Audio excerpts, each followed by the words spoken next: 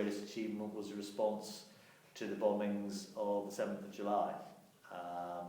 I think the greatest achievement was that the day after the 7th of July bombings, we ran 85% of the tube network.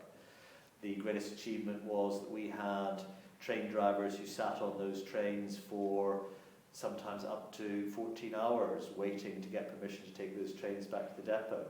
The greatest achievement was that I am humble enough to have worked with people who went down those tunnels and supported the dead and the dying before the emergency services arrived.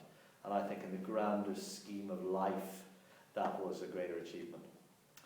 Because that's about humanity, not about just good performance. That's about the very best of humanity responding when the very worst of the evil side of the human psyche had operated in a particular way that day, and that was about human beings responding in an entirely reverse direction and being really, really positive and restoring the faith, I think, of all of us in humankind and what capacity humankind has to respond.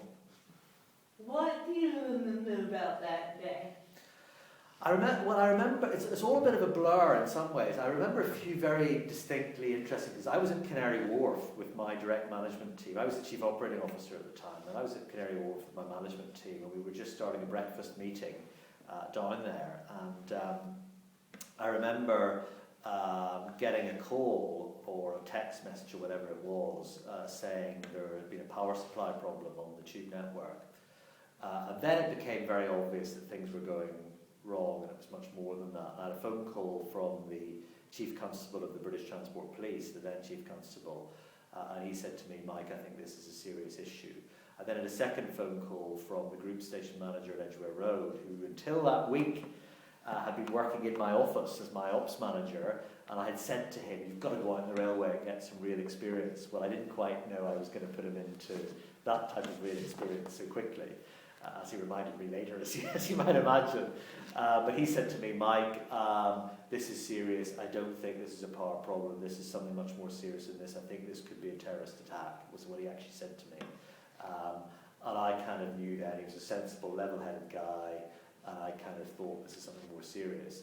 So I then remember going to Wapping, which was as far as we could get by car. The tube network had now stopped, bear in mind, and the traffic was beginning to be gridlocked across London. I got to Wapping, and I ran out of the car because it was a Metropolitan Police station on the river there, and I went into the police station, and this was one of the times that you think there's a God or someone looking out for you, because behind the desk was a police officer, and he said, "Mike, how great to see you."